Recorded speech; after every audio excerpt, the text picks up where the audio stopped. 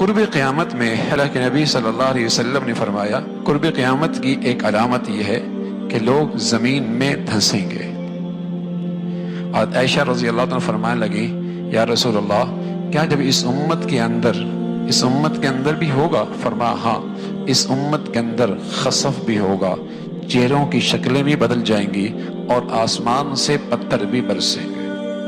پہلی امتوں میں تو یہ تھا کہ پوری امت اس عذاب میں شریک تھی، لیکن اس امت میں پوری امت پہ نہیں ہوگا، انفرادی علاقے، محفلیں، بعض جگہیں، بعض مقامات زمین میں دھنس جائیں گے، شکلیں ان کی مسخ ہو جائیں گی اور آسمان سے پتھر ہوں گے۔ تو عائشہ فرمانے لگی یا رسول اللہ انہلک وفینا الصالحون، اس امت کے نیک لوگ بھی موجود ہوں گے پھر بھی یہ ہلاکت ہوگی؟ فرمایا ہاں، اذا ظہر الخبث، جب گندگی زیادہ ہو جائے گی تو پھر اللہ کی یہ پکڑ آئے گی۔ پھر رسول اللہ صلی اللہ علیہ وسلم نے اپنی زبان میں بتایا کہ یہ خسف کب ہوگا، زمین میں دھنسنا قرب قیامت میں کن گناہوں پر ہوگا؟ تو فرمایا المجاہرہ بالغناء والرفث، جب ناچ گانا کھلے عام ہونے لگ جائے گا، جب ناچ گانا کھلے عام ہو جائے گا، والمغازف، اور آلات موسیقی کھلے عام ہو جائیں گے، وشرب الخمور، اور شرابیں کھلے عام پی جائیں گی۔ عمران ابن حسین فرمانے لگے رضی اللہ تعالیٰ عنہ رسول اللہ صلی اللہ علیہ وسلم نے فرمایا فی هذه الامہ خسف ومسخ وقذف، اس امت کے اندر بھی زمین میں دھنسنا ہوگا، شکلوں کا مسخ ہونا ہوگا، آسمان سے پتھروں کا بارش ہوگی، لیکن کب یا رسول اللہ؟ مسلمانوں میں ہوگا۔ آپ نے فرمایا ومتى ذلك، اس کے علاوہ کون اور اس کے علاوہ کس پر؟ فرمایا جب یہ مسلمان اسلام کے نام لیوا، اذا ظہرت القینات والمغازف وشربت الخمور، گانے بجانے والیاں اور آلات موسیقی کی جب کثرت ہو جائے گی اور شرابیں پی جائیں گی، پھر اس امت کے اندر بھی زمین میں دھنسنا ہوگا۔ یہ جو آپ کو نظر آتا ہے نا کہ ٹیلنٹ پورے ملک میں تلاش کیا جاتا ہے، کون اچھا گلوکار بنتا ہے، یہ ہونا ہے اس لیے کہ قرب قیامت میں دھنسنا بھی تو ہے۔ جب تک یہ ٹیلنٹ تلاش نہیں ہوگا اس وقت تک یہ عام کیسے ہوگا؟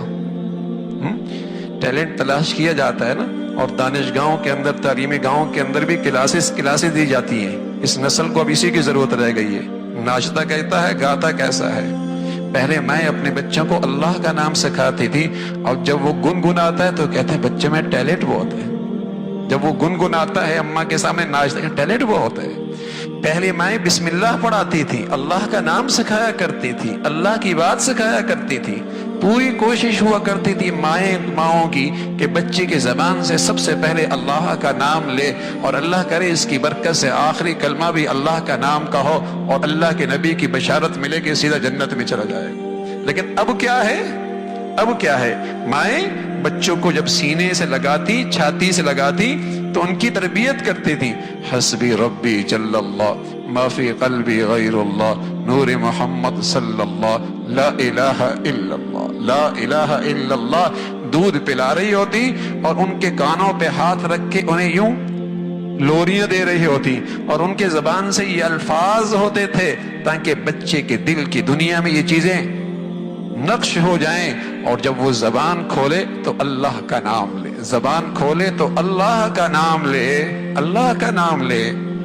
اور آج میرے عزیزو ابھی اس کی 2.5 سال کی عمر نہیں ہے، 3 سال کی عمر میں آپ نے تعلیمی ادارے میں بھیج دیا، وہاں اسے موسیقی کی کلاس سکھائی جا رہی ہے۔ کیسی بدنصیبی ہے، عقل پر ماتم کیجئے، لاکھوں روپے بھی دیجئے اور اپنی اولادوں کو بھی ان کے حوالے کیجئے، ہاں لاکھوں روپے بھی دیجئے اور اپنی نسل کو، اپنی اولادوں کو بھی برباد کیجئے، پیسہ بھی دیجئے اور اس اولاد کو اپنے لیے وبال بھی بنائیے۔ کیا دولت تھی اولاد جو مسلمانوں کے لیے صدقہ جاریہ تھی، اور بہترین زندگی کی صلاحیتیں اس کے اندر پیدا کرنے کا موقع تھا۔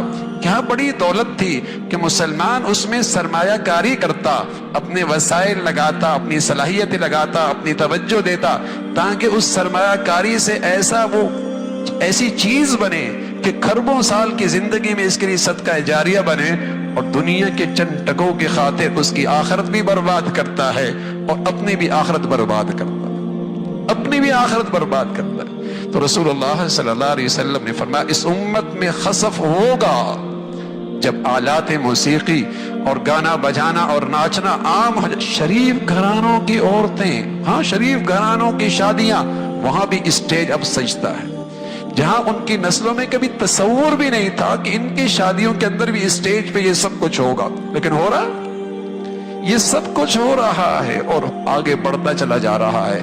تو ہاں ہوگا، اس لیے کہ کبر قیامت میں زمین میں دھنسنا بھی تو ہے، مرنا بھی تو ہے. ہاں یہ قیامت کی شکل بھی پوری تو ہونی ہے. اللہ رب العزت ہمیں، ہماری نسلوں کو، ہماری اولادوں کو ان فتنوں سے اور ان گندگیوں سے ہمیشہ محفوظ فرمائے، اور اللہ اپنی ناراضگی سے، غضب سے